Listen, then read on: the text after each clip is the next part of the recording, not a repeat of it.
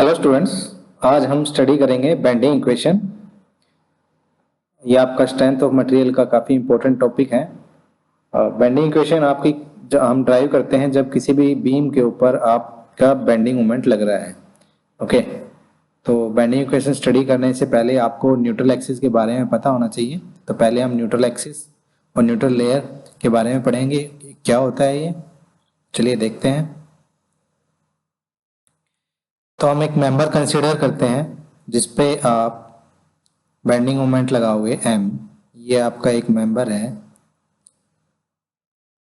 Okay, A, B, C and D। Okay, इस member का length is your dx आपने consider किया। Okay, and इस पर आपने बेंडिंग मोमेंट लगाया है m।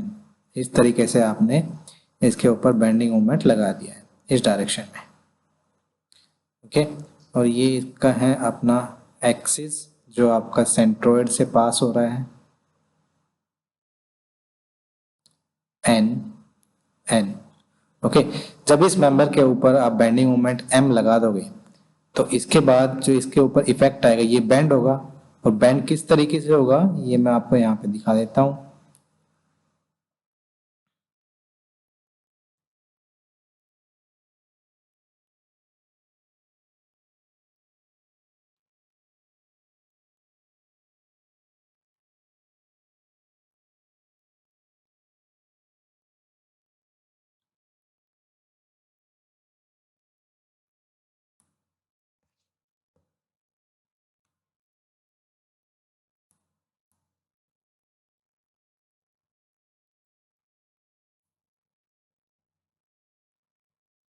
सो आपका जो सेक्शन बेंड होगा वो आपका कुछ इस तरीके से बेंड होगा।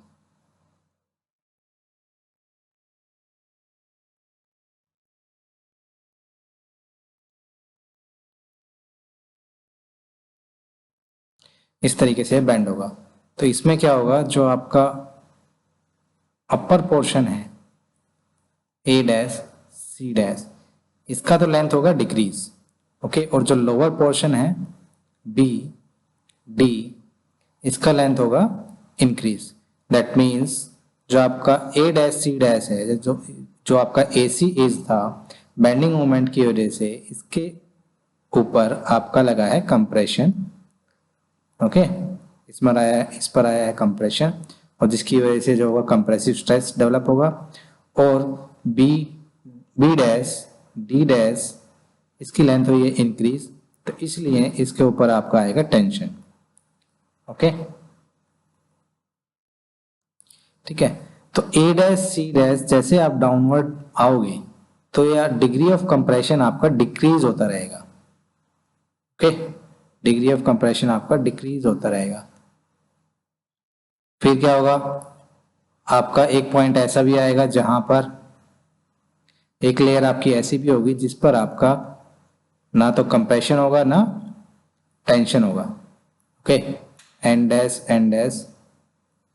ओके, और इसके बाद क्या होगा, आपका टेंशन स्टार्ट हो जाएगा, मतलब लेंथ आपकी इंक्रीज होनी स्टार्ट हो जाएगी। मैक्सिमम कहाँ तक पहुंचेगा, वो बी डैश डी डैश तक।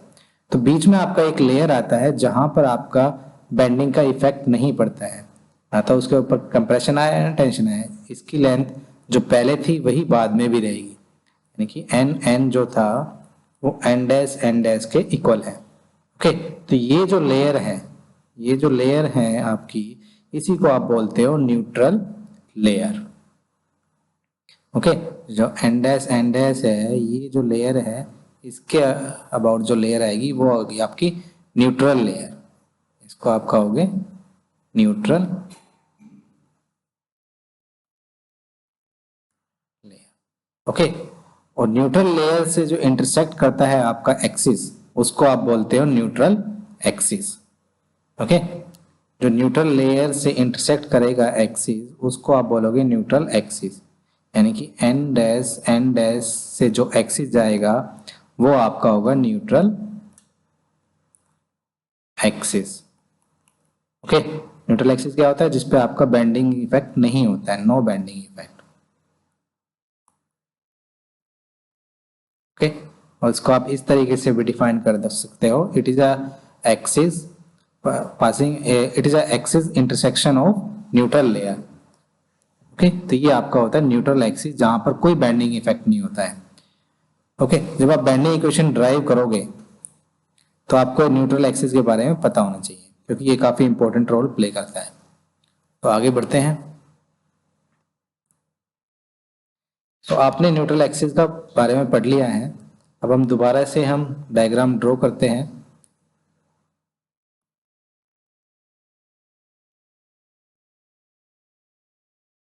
ओके, तो ये आपका एक मेंबर है,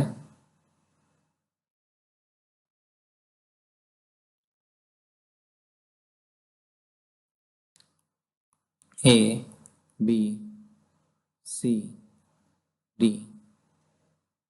ओके, और ये इसका है आपका न्यूट्रल एक्सिस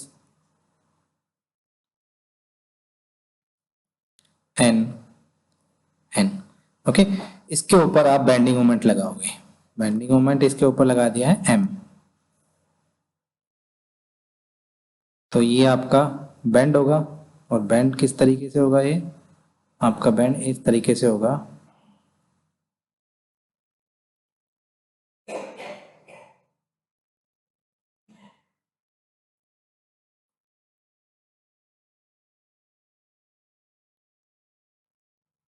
इस तरीके से बेंड हो जाएगा आपका ए डैश सी डैश, और यहाँ पर बी डैश, और ये आपका डी डैश।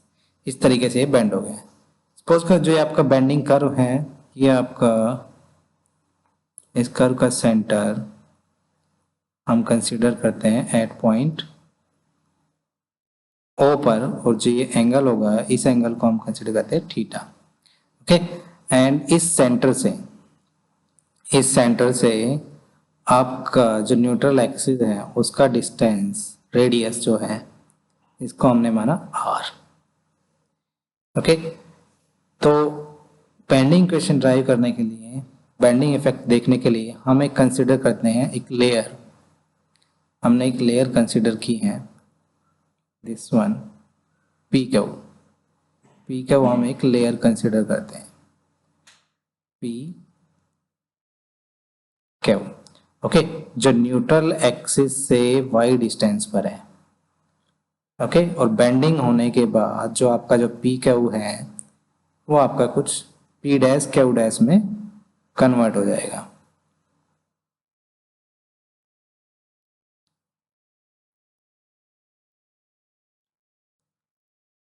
क्यू डैश, और यहाँ पर आपका पी डैश में। ओके, तो दैट मीन्स इसका लेंथ इंक्रीज हुआ है। तो हमने एक small consider a small strip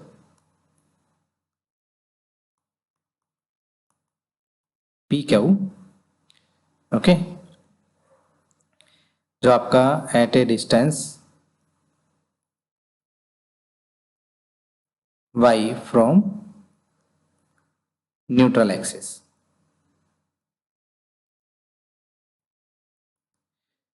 okay, अब आफ्टर बेंडिंग ये पी क्यू क्या होगा, आपका पी डैश क्यू डैश में कन्वर्ट हो जाएगा।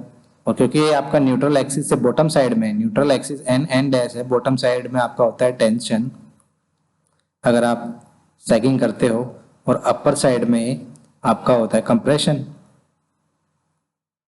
ओके, तो आफ्टर बेंडिंग क्या होगा, जो पी पी कर्व में आपका टेंशन होगा, और इस टेंशन की वजह से उसके अंदर स्ट्रेन डेवलप होगा। तो पी कर्व के अंदर जो आपका स्ट्रेन डेवलप होगा, strain develop in P curve due to bending. Okay, strain क्या होता है आपका, change in length divide by origin length. Okay, change in length divide by origin length, और चेंज इन लेंथ क्या होगी आपकी P dash Q dash minus P Q. Okay, ये change in length है, ओरिजिन लेंथ क्या होगा आपका P Q. Okay,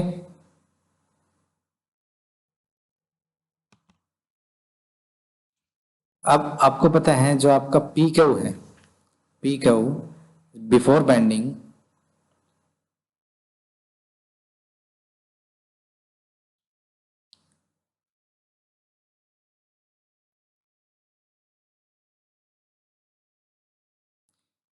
before bending जो आपका एन था, okay, delta X D X और पी क्यू पी क्यू, इन दोनों का लेंथ इक्वल होगा, okay, that is okay, N और पी क्यू का लेंथ इक्वल होगा। और एन अगर आप यहां से देखो, एन का जो आर है रेडियस,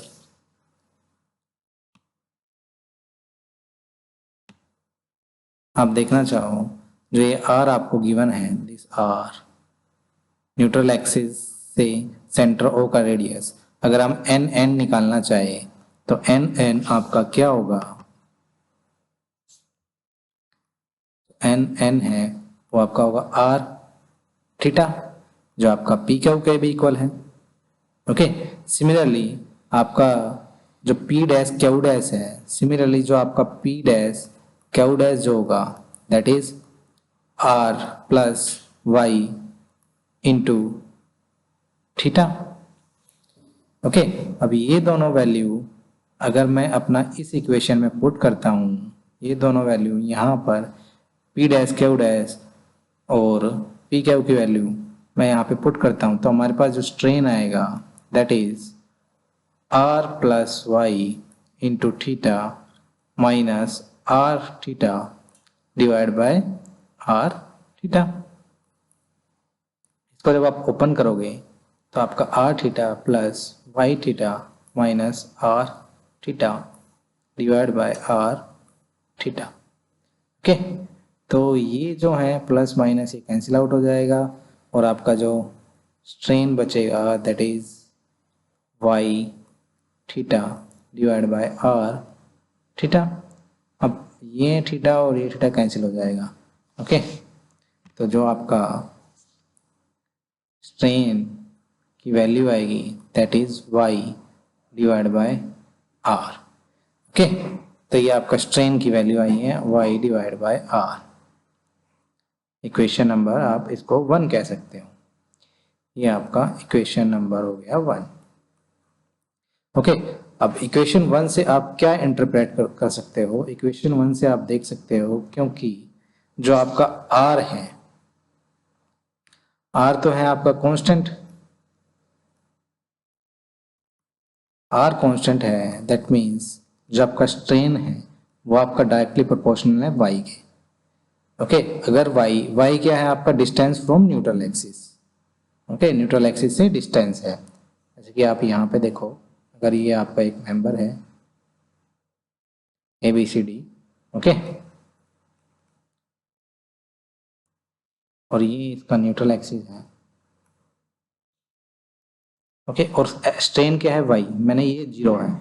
अगर आप न्यूट्रल एक्सिस मैंने इस तरफ लिया है पॉजिटिव, तो इस तरफ पॉजिटिव लिया है वाई की वैल्यू, तो अपोजिट साइड नेगेटिव होगी, मीन्स अपोजिट साइड जो आपका स्ट्रेन डेवलप होगा वो नेगेटिव में होगा, दैट मीन्स अपोजिट साइड आपका क्या होगा, यहाँ इस साइड पर आपका जो होगा कंप्रेशन होगा, strain negative that means length decrease हो रही है तो वो कंप्रेशन होगा, और इस तरफ क्या होगा वो पॉजिटिव होगा, दैट मीन्स यहाँ पर टेंशन होगा, ओके। तो इस इक्वेशन से आप ये इंटरप्रेट कर सकते हो, ओके। तो स्ट्रेन जो है वो आपका बेंडिंग के केस में डायरेक्टली प्रोपोर्शनल होता है न्यूट्रल एक्सिस से डिस्टेंस के, ओके। तो ये तो एक इक्वेशन आ गई 1 हमारे पास, ओके। नेक्स्ट अगर आप यहां पर देखो, अगर आप यहां पर देखोगे, ओके, जो P डैश Q डैश है, P डैश Q डैश में भी आपका टेंशन ही डेवलप हुआ है, ओके। तो आगे बढ़ते हैं। नेक्स्ट स्ट्रेन आपके पास आ चुका है। अब स्ट्रेन के बाद स्ट्रेन आपके पास आ चुका है, अब यहां से हम यहां से शुरू करते हैं। आपका स्ट्रेस होता है जो बेंडिंग स्ट्रेस सिग्मा बी, आपको पता है stress is directly proportional to strain, और इसको प्रोपोर्शनलिटी साइन हटता है तो आपका इलास्टिक कांस्टेंट आता है ई। तो इसी रूल को फॉलो करके हम बेंडिंग स्ट्रेस आपका निकालेंगे। बेंडिंग स्ट्रेस इज ई और स्ट्रेन की वैल्यू हम यहाँ से पुट करेंगे, इक्वेशन 1 से हम स्ट्रेन की वैल्यू पुट करेंगे यहाँ पर E into Y divide by R. Okay, ये जो आई है ये आया है फ्रॉम इक्वेशन 1। ओके, तो आपके पास बेंडिंग स्ट्रेस का रिलेशन आ गया E Y divide by R. Okay, यहाँ पर भी आप क्या कह सकते हो कि जो आपका E और R है, ओके, ये हो गया E और ये हो गया R, ये तो है आपका कांस्टेंट। ओके, ये कांस्टेंट है, दैट मीन्स जो आपका बेंडिंग स्ट्रेस है वो आपका डायरेक्टली प्रोपोर्शनल ऑफ वाई के। दैट मीन्स जो आपका बेंडिंग स्ट्रेस डेवलप होता है बेंडिंग में, जब भी किसी बीम के ऊपर बेंडिंग मोमेंट आपने लगा रखा है और जो बेंडिंग स्ट्रेस उसमें डेवलप होगा वो आपका डायरेक्टली प्रोपोर्शनल होगा डिस्टेंस फ्रॉम वाई। वाई क्या है? Distance from neutral axis. Okay, और न्यूट्रल एक्सिस से अगर आप यहाँ से इसको इंटरप्रेट करो, यहाँ पर मैं इसका अगर साइड व्यू बनाता हूँ, जो क्रॉस सेक्शन है, क्रॉस सेक्शन इसका रेक्टेंगुलर क्रॉस सेक्शन है, ये मैं इसको अगर बनाता हूँ, ओके, इस रेक्टेंगुलर क्रॉस सेक्शन में अगर मैं बेंडिंग का, इस रेक्टेंगुलर क्रॉस सेक्शन में मैं अगर बेंडिंग का ग्राफ ड्रॉ करूँगा तो मेरे पास बेंडिंग का ग्राफ क्या आएगा? यहाँ पर मेरे पास जो बेंडिंग का ग्राफ आएगा वो इस तरीके से आएगा।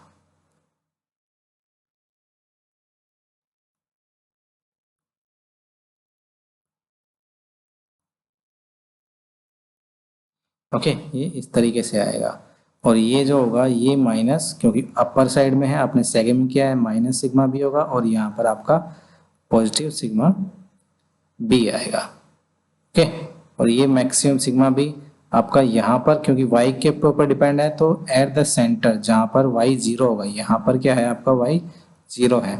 ओके, और यहाँ आपका मैक्सिमम है बट वो नेगेटिव में मैक्सिमम है।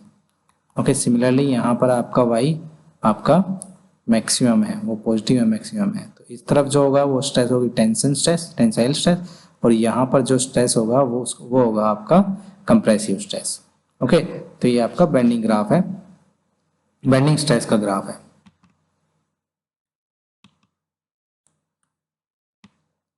ओके, नाउ जो आपका आपने मोमेंट लगाया है, बेंडिंग मोमेंट m मेंबर के ऊपर,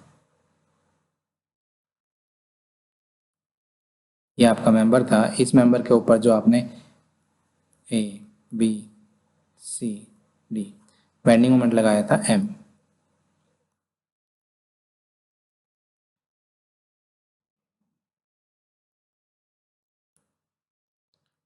इसका मैं क्रॉस सेक्शन यहाँ पे लगाता हूँ, क्रॉस सेक्शन। ओके, और स्मॉल स्ट्रिप कंसिडर किया था हमने, यहाँ पर एक लेयर कंसिडर की थी पी क्यू। यहाँ पर अगर आप देखोगे तो ये आपका स्मॉल स्ट्रिप आएगा पी क्यू, जो आपका डिस्टेंस न्यूट्रल एक्सिस से डिस्टेंस है इसका है y। ओके, अब सपोज करो इस ये जो आपके स्मॉल स्ट्रिप है इसका एरिया आपने कंसिडर कर लिया delta A. Let area of small strip equals to delta A. Small strip आपकी ये है पी और ये आपका क्या हो, इसका एरिया आपने मान लिया डेल्टा ए। ओके, तो आपको पता है जो स्ट्रेस है, स्ट्रेस का फॉर्मूला क्या होता है? Force divide by area.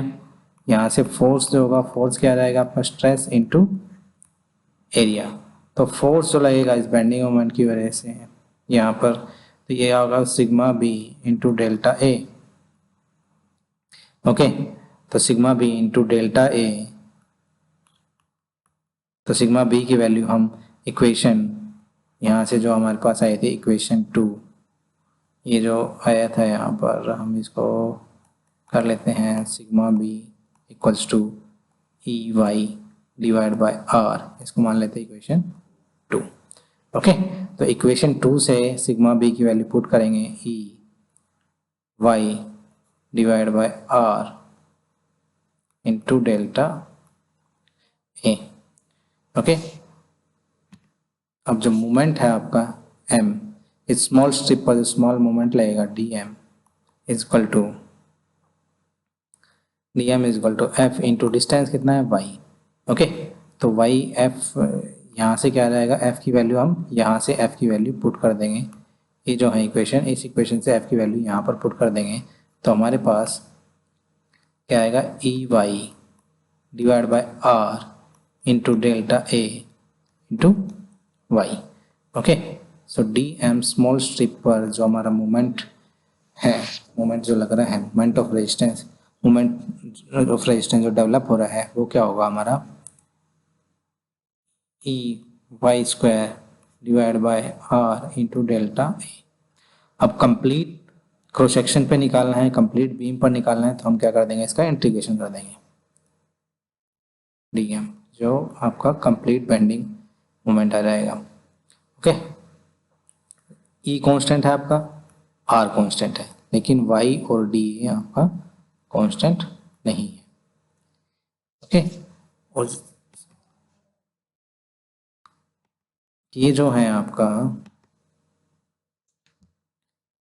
ये जो आया है this one Y square into D A, Y क्या distance from the centroidal axis और न्यूट्रल एक्सिस। ओके, जो न्यूट्रल एक्सिस आपका सेंट्रोइड से पास होता है, सेंट्रोइडल एक्सिस और न्यूट्रल एक्सिस दोनों कोइंसाइड करते हैं। ओके, तो वाई क्या है आपका डिस्टेंस फ्रॉम न्यूट्रल एक्सिस, और आपका मोमेंट ऑफ इनर्शिया क्या होगा आपका, ये जो होता है Y square D A, that is moment of inertia I. Okay, तो यहां से आपके पास जो m आया है moment, that is e by R into I. Okay, ये क्वेश्चन नंबर आपकी होगी 3।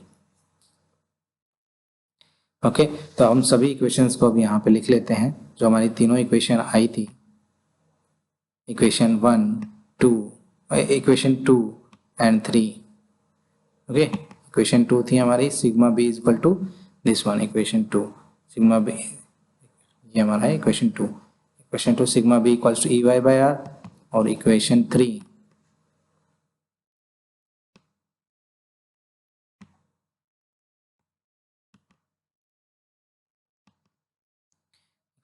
आपका होगा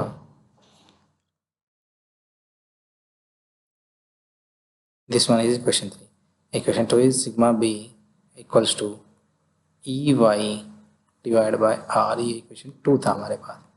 तो इन दोनों से अगर आप देखो यहाँ पर जो ई बाय आर है, इस इक्वेशन से अब अगर हम निकालेंगे यहाँ से, इससे अगर हम निकालेंगे तो एक आपका रिलेशन आएगा M by I equals to E by R. Okay, और एक इक्वेशन यहाँ से अगर आप निकालोगे sigma B by Y equals to E by R. Okay, तो ये आया है। अगर आप इन दोनों इक्वेशन को लोगे तो यहाँ से आपके पास एक थर्ड इक्वेशन डेवलप होगी। Okay, M by I equals to sigma B divide by Y equals to E divide by R. Okay, ये आपका आया, इस इक्वेशन को आप बोलते हो बेंडिंग इक्वेशन। ये आपकी इक्वेशन है बेंडिंग इक्वेशन।